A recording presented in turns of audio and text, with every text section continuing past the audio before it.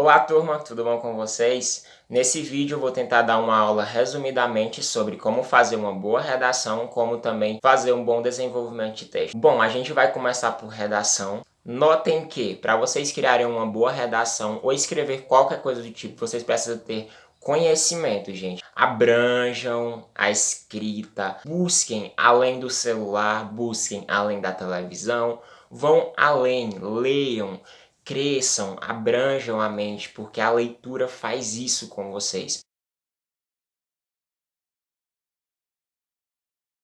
É aquele clichê que todo mundo sabe que uma redação precisa de uma introdução, desenvolvimento e conclusão. E lembrem, toda redação precisa disso: introdução, desenvolvimento e conclusão. É regra para que seu texto fique bem estruturado e que possa ser desenvolvido e que o leitor consiga localizar as partes, ele possa ver que seu texto está bem estruturado, bem colocado, de uma forma eficaz, para que você possa ter uma boa nota, seja em concursos, Enem e etc. Vamos começar pela introdução.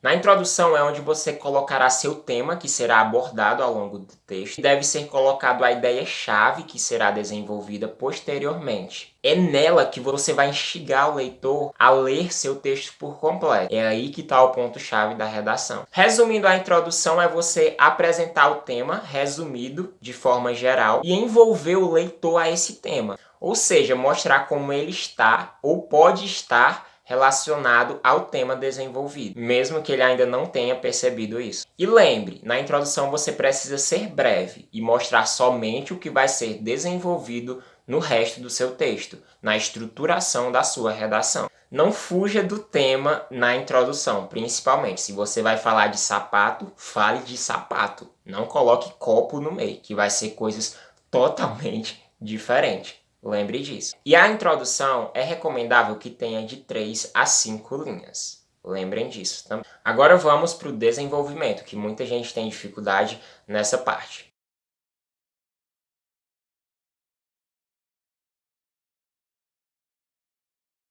O desenvolvimento é nada mais nada menos do que a argumentação do seu tema desenvolvido na introdução, que você vai argumentar de alguma forma. Nessa parte você pode argumentar sendo a favor ou contra. O importante é você ter uma ideia estruturada para que a pessoa entenda que o que você está falando tem um sentido correto e ali naquele texto ele está bem estruturado de forma coesa, para que quem está lendo veja que você realmente está falando do que sabe. Durante o desenvolvimento você pode fazer 2 parágrafos. Esses 2 parágrafos podem conter de 5 a 8 linhas. Mas esses 2 parágrafos não podem ser a mesma coisa. Cada um tem que ter uma argumentação diferente, mas sobre o seu tema da introdução. Durante o desenvolvimento, tenha muito cuidado com as palavras, porque é nessa parte que são os parágrafos maiores da redação, é com muito mais linha, e tenha cuidado para não ficar repetindo palavras, porque isso conta muito, né, para diminuir sua nota ou aumentar. Tente sempre ser abrangente na sua língua,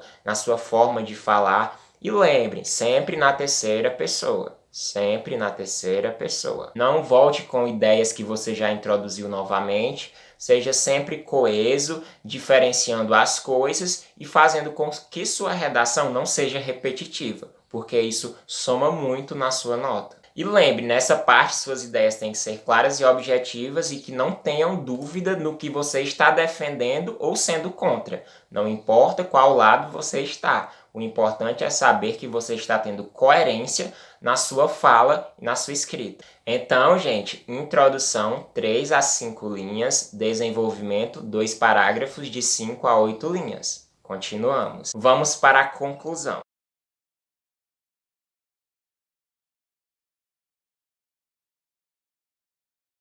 A conclusão é uma das partes mais fáceis, ao meu ver. É a parte que eu mais gosto. Que ali eu coloco a minha ideia, possível solução para todo o problema proposto na redação. Neste parágrafo, você deve apresentar uma solução ou uma intervenção para todo o tema da redação. Lembre disso, sua conclusão não deve ferir de forma alguma os direitos humanos. Detalhe, não crie uma conclusão com coisas impossíveis de serem criadas ou solucionadas ou implementadas para resolver o possível problema.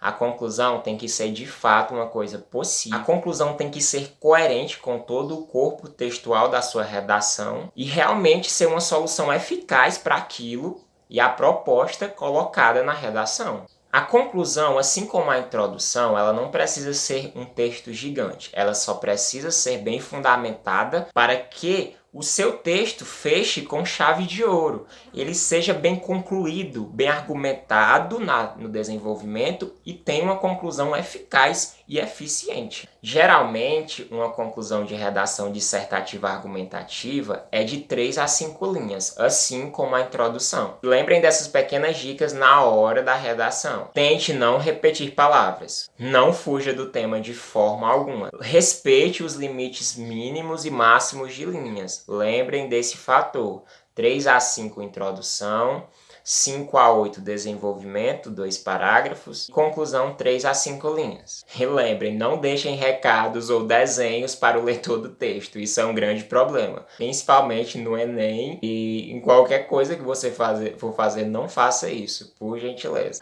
Eu trouxe para vocês uma redação da aluna Júlia Pereira, feita em 2015, que ela conseguiu nota máxima no Enem, tirou 1000 pontos na redação. E vamos destrinchar essa redação e observar como ela foi clara e objetiva em seus pontos de vista. Observando que ela não está escrita nas formas corretas, pois aqui está em Word, foi apenas passada para o Word. A mão é totalmente diferente, a questão dos parágrafos, tamanhos de cada parágrafo, e é isso. O nome da redação dela é A Persistência da Violência contra a Mulher na Sociedade Brasileira. Observe como ela inicia. Permeada pela desigualdade de gênero, a história brasileira deixa clara a posição inferior imposta a todas as mulheres. Vocês observarem, ela já puxa lá de trás, que isso acontece há muito tempo atrás, e ela já deixa bem claro aqui.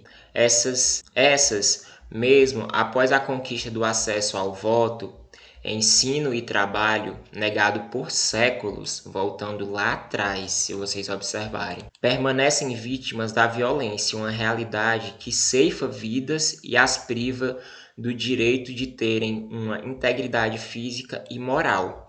Como vocês podem observar, ela já cita tanto a violência e as questões de privar os direitos da mulher e ainda coloca aqui as consequências sofridas, né, fisicamente e moralmente, que isso causa à vida dessas mulheres. Como vocês podem ver, ela abrangeu tudo aqui, colocando diversas informações para ela poder usar nesses parágrafos aqui de desenvolvimento.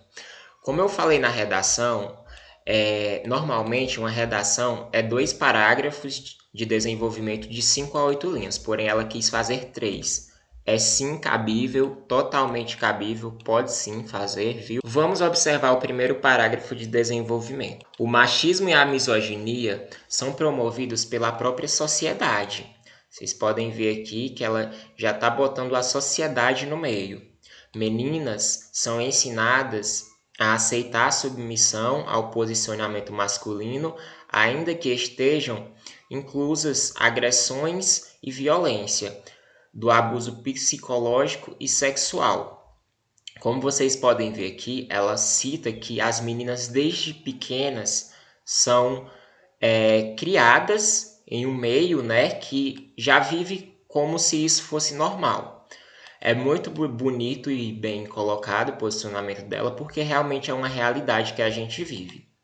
Aí aqui ela já compara as meninas com os meninos, se vocês observarem.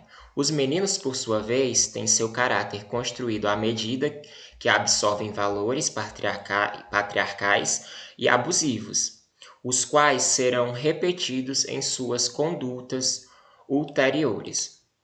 Como vocês podem ver, também ela cita que os meninos já seguem isso desde pequeno, e isso vem passando de geração para geração, em suas condutas ulteriores. É isso que ela quer falar. Já no segundo parágrafo, ela já começa com uma boa citação, citando um filósofo. Um dos conceitos filosóficos de Francis Bacon, não lembro mais, faz um tempo que eu ouvi esse nome, que declara o comportamento humano como contagioso e se aplica perfeitamente à situação. Aqui ela quis colocar o posicionamento dele sobre o que ela está falando. Vocês podem ver que ela é bem clara e objetiva. E vocês também podem ver como ela estudou para isso e já sabia mais ou menos como seria o tema e ela estava preparada, porque até citação de filósofo ela tinha, gente. Aí ela continua. Aqui foi o posicionamento sobre o filósofo, sobre o tema dela, e aqui ela vai se posicionar. A violência de gênero, conforme permanece a ser reproduzida, torna-se enraizada e frequente. Concomitantemente, a voz das mulheres é silenciada e suas manifestações são reprimidas, o que favorece o mantimento das atitudes misóginas. Como vocês podem ver aqui, ela já coloca uma parte muito forte, que é a misoginia. Se vocês não sabem, misoginia é ódio ou desprezo contra mulheres e meninas. Como vocês podem ver aqui, ela estava bem abrangente na opinião dela e realmente isso de fato acontece muito na sociedade. Ela foi bem coerente e bem plausível na sua fala. No terceiro parágrafo, ela continua: o ensino veta todo e qualquer tipo de instrução a respeito do feminismo e da igualdade de gênero e contribui com a perpetuação da ignorância e do consequente preconceito. Ademais, os versículos de comunicação pouco abordam a temática, enquanto o Estado colabora com a Lei da Maria da Penha, nem sempre eficaz, e com a unidade da Delegacia da Mulher, em número insuficiente. Como vocês podem ver aqui, além de citar um filósofo que já mostra que ela tem conhecimento, ela cita leis, gente. Ela estava muito por dentro do assunto, estudou muito bem e mostra como, mesmo tendo essas leis, elas ainda não são eficazes, não têm eficiência. A fala dela é muito coerente. Se você der uma pesquisada aí, você vai ver que tudo que ela está falando aqui tem coerência, razão e ela está totalmente certa na sua fala e defendendo muito bem o que ela pensa e fazendo um discurso em forma de redação bastante plausível. Como vocês podem ver aqui, ela pegou tudo isso aqui, esse desenvolvimento, e resumiu na introdução. Tudo que ela está falando aqui, ela já expôs aqui, com palavras diferentes, de outras formas, mas tudo foi colocado aqui com coerência e com poder de fala. Agora a gente vai para a conclusão. Vamos ver o que ela conclui sobre isso e quais são as soluções que ela acha necessário. Entende-se, diante do exposto, a real necessidade de ações governamentais que garantam que a lei punam todos os tipos de violência, além da instalação de delegacias específicas em áreas necessitadas.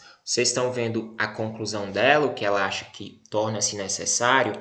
Já existe a Lei Maria da Penha, porém, como ela expôs aqui, nem sempre são eficazes. Aí o que ela fala? A real necessidade de ações governamentais que garantam que a lei puna. E aqui, gente, ela ainda informa que precisa de mais delegacias, precisa de mais apoio a isso. É bem coerente a fala dela, o que ela pensa e como ela expõe todo o fato encontrado nas dificuldades aqui. Ela continua: cabe à sociedade, em parceria com a mídia e com as escolas, instruções sobre a igualdade de gênero e campanhas de oposição à violência contra as mulheres. Como vocês podem ver aqui, ela quer que implemente tanto mais na mídia, a mídia exponha mais isso, as escolas busquem ajudar sobre isso, criando palestras, assuntos, se posicionando. Torna-se necessário uma posição também. Além de pessoas envolvidas nisso, a mídia precisa estar junto, as escolas precisam ajudar nesses fatores. Ela é bem coerente na sua fala e ela está buscando realmente soluções para tornar isso uma coisa viável. E ela finaliza falando o seguinte: essas por mulheres devem permanecer unidas através do feminismo em busca da garantia de seus direitos básicos e seu bem-estar social. Ela incita as mulheres a permanecerem sim defendendo seus direitos em busca de garantir um bem-estar social para elas mesmas. E realmente isso torna-se necessário. Realmente isso aqui é uma redação nota 1000. Ela foi bem coerente na fala, explicou super bem, realmente digna de nota boa. Queria deixar os créditos aqui, né, para a Júlia Pereira, parabéns pela sua redação. Bom, agora vamos para a parte da interpretação de texto.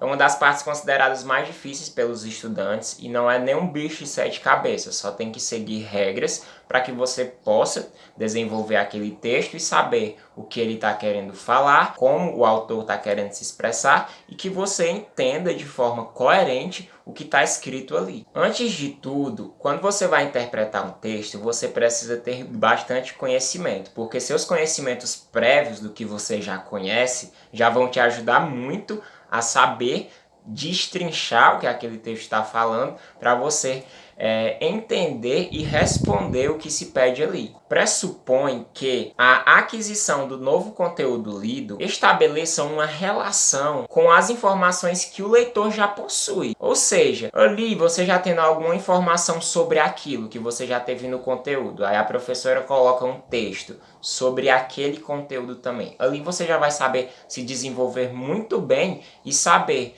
diferenciar as coisas, saber o que cada parte fala, para você estruturar suas ideias sobre o que aquele assunto está falando. Você tem que fazer uma apreciação tanto pessoal como crítica, para entender de que forma está se expressando aquele texto, de que forma eu estou entendendo, de que forma o outro vai entender e de que forma o autor escreveu. Existem diferentes tipos de leituras. Uma leitura prévia, uma leitura seletiva e uma leitura analítica. E, por fim, uma leitura interpretativa. Você precisa pegar todos esses tipos de leitura para fazer a interpretação do texto de forma coesa. Então, eu vou te dar algumas dicas para você saber interpretar de forma correta um texto e fazer uma boa interpretação para tanto as questões de provas, de concurso que você vai precisar na sua vida. A primeira dica é você ler lentamente o texto todo. A primeira leitura deve ser feita lentamente e sem interrupções. É recomendável. No primeiro contato com o texto, o mais importante é você entender o sentido global do texto, sobre o que ele está falando por completo, e entender os seus objetivos ali dentro do texto. Não é essencial você saber todos os sentidos do texto ou que todas as palavras falam.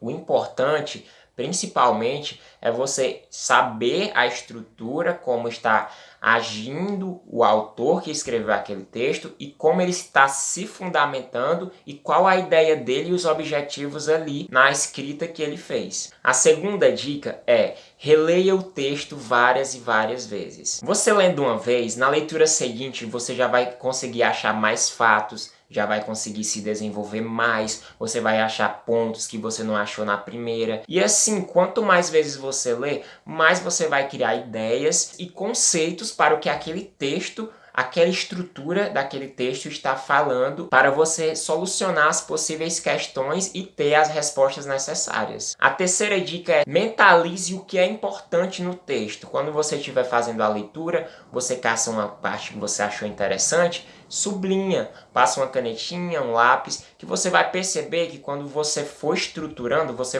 já vai saber os pontos principais, porque você já fez a marcação deles e você vai direto ao ponto. Mas também não sublinhe tudo, né? Seja coerente, só buscando as partes que você acha realmente interessante, porque se você também começar a sublinhar muita coisa, você vai acabar se perdendo. Outra dica: separe os fatos de opiniões. Você deve entender o que é um fato verdadeiro, objetivo e claro que ali realmente é real e acontece. E você também deve saber o que é uma opinião, que são partes pessoais, tendenciosas e mutáveis. Você deve diferenciar as ideias transmitidas pelo autor. Suas ideias não devem entrar ali para confrontar com as ideias do autor. O que está sendo analisado é o texto do autor e não suas ideias próprias. Outra dica é que você retorne ao texto sempre que necessário. Uma nova leitura para parágrafos, frases para você entender melhor e até o texto todo se necessário, quantas vezes forem preciso para você saber interpretar de forma correta o que está sendo proposto e foi desenvolvido ali e os objetivos buscados. A última dica normalmente não é algo muito comum, mas muitos estudantes gostam de reescrever o texto. Ali reescrevendo, eles conseguem ver o que está sendo, como o autor foi pensando na escrita, e assim eles vão desenvolvendo e colocando na mente o que está sendo introduzido ali, e eles conseguem desenvolver aquilo de forma mais clara e objetiva, fazendo. Por fim, gente, para vocês conseguirem fazer uma boa interpretação de texto, vocês têm que praticar. É aquele velho ditado, a prática leva à perfeição. Quanto mais vezes a gente realiza uma determinada tarefa, mais vezes a gente consegue se adequar e fazer com mais facilidade aquilo. Interpretação de texto é isso, você precisa se adequar, fazer com frequência para quando você enfrentar qualquer texto de qualquer tipo, um texto muito difícil de ser interpretado, você já sabendo fazer uma boa interpretação, aquele texto vai ser meramente um texto comum e que você vai ter algumas dificuldades porque tem algo novo que você não conhece, mas você já vai saber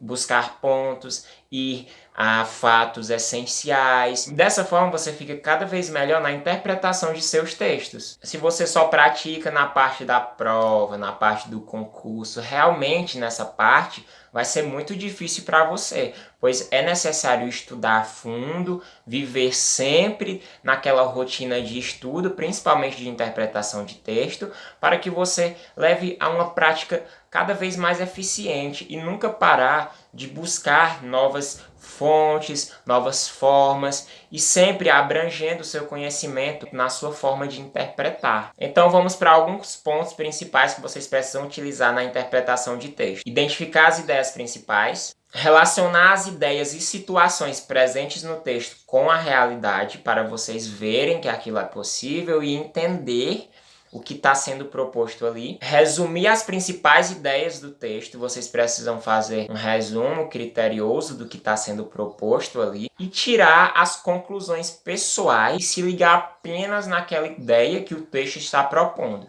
Vocês fazendo esses princípios básicos, gente, vocês vão conseguir se estruturar, buscar soluções, buscar informações para fazer um texto bem coerente, coesivo, para vocês realizarem uma boa interpretação. O nome do texto é Vantagens e Desvantagens dos Biodegradáveis. O maior benefício destes materiais é a decomposição completa e bem mais rápida.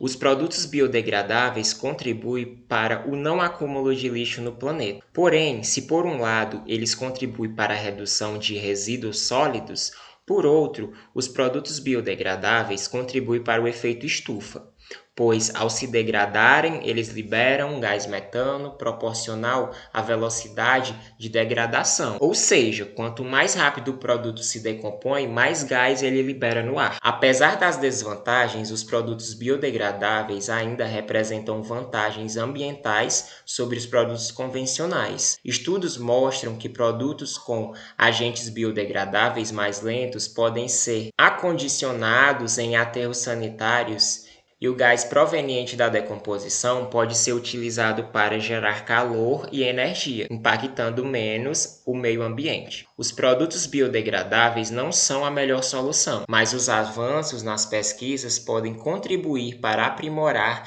as embalagens dos produtos biodegradáveis que utilizamos. Lembrando que antes do descarte é muito importante reduzir o consumo da preferência aos produtos com embalagens reutilizáveis e separar o lixo que não é lixo para reciclagem. Esse texto está disponível nesse link aqui, se vocês quiserem dar uma olhada, viu? Fiquem à vontade. Então, vamos tentar interpretá-lo nessas questões. Primeira questão. Identifique o objetivo do texto. A primeira questão pergunta: identifique o objetivo do texto. Qual o objetivo principal do texto? Letra A. Explicar sobre o processo de decomposição das embalagens plásticas. Em nenhum momento fala isso no texto, gente.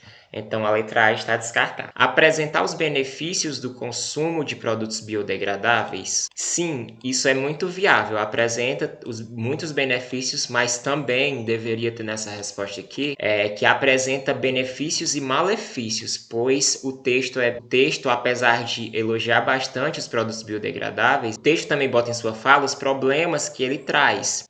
Como vocês podem ver aqui, explica bem aqui, os produtos biodegradáveis contribuem para o efeito estufa, pois ao se degradarem, eles liberam gás metano, proporcional à velocidade da degradação. Como vocês podem ver aqui, ele também fala os malefícios, que ele libera gás metano, proporcional à velocidade da degradação. Ou seja, quanto mais rápido o produto se decompõe, mais gás ele libera no ar. Então, essa resposta aqui, ela não está totalmente errada. Porém, ele não só apresenta os benefícios. Vamos para a letra C. Letra C. Recomendar as embalagens reutilizáveis e o descarte correto do lixo. Gente, essa letra C aqui, ela é a resposta correta. Se vocês observarem aqui, é realmente isso. Por fim, ele explica muito bem aqui no final do texto, nessa frase, lembrando que antes de descartar é muito importante reduzir o consumo, dar preferência aos produtos com embalagens reutilizáveis e separar o lixo que não é lixo para reciclagem. Então, gente, recomendar as embalagens reutilizáveis e os descartes corretos do lixo. As embalagens reutilizáveis são os produtos biodegradáveis. Então, gente,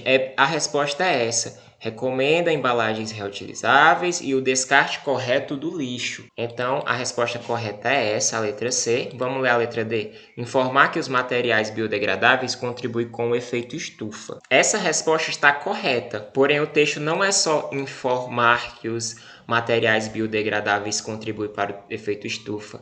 O objetivo do texto, o objetivo que está pedindo na questão, é esse aqui. Recomendar as embalagens utilizáveis e o descarte correto do lixo. Então, primeira questão solucionada, letra certa é a letra C. Vamos para essa segunda questão. Assinale a alternativa em que se percebe a utilização da comparação. Como vocês podem ver, todas essas letras aqui tem no texto. Mas qual está fazendo uma comparação? Tem que prestar bastante atenção nessa palavra. Assinale a alternativa em que se percebe a utilização da comparação. Vamos ler a primeira. Quanto mais rápido o produto se decompor, mais gás ele libera no ar. Fez alguma comparação? Não, gente, não fez. Letra B. Os produtos biodegradáveis ainda representam vantagens ambientais sobre os produtos. Fez uma leve comparação. Que produtos? Vamos voltar aqui no texto. Vamos caçar essa frase.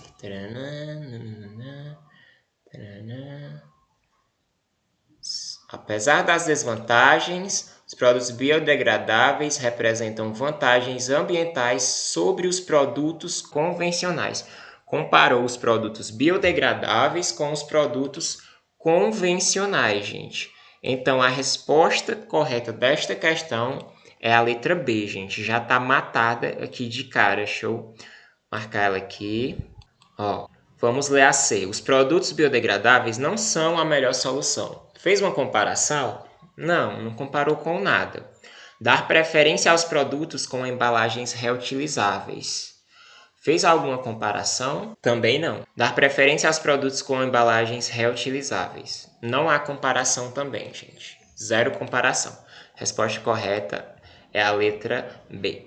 Vamos para a terceira aqui rapidinho. Apesar das desvantagens, os produtos biodegradáveis ainda representam vantagens ambientais sobre os produtos convencionais. O termo destacado poderia ser substituído por... É essa parte aqui, gente, que a gente tem que solucionar. Apesar das desvantagens. Não obstante as. Vamos observar essa palavra. Não obstante. Não obstante, gente, é a mesma coisa que não impedir. É algo sem impedimento. Então vamos ver se dá certo aqui. Apesar das desvantagens. Não obstante as desvantagens, os produtos biodegradáveis ainda representam vantagens ambientais sobre os produtos convencionais. Essa letra A aqui é bem coerente a isso, mas vamos ver essas outras questões.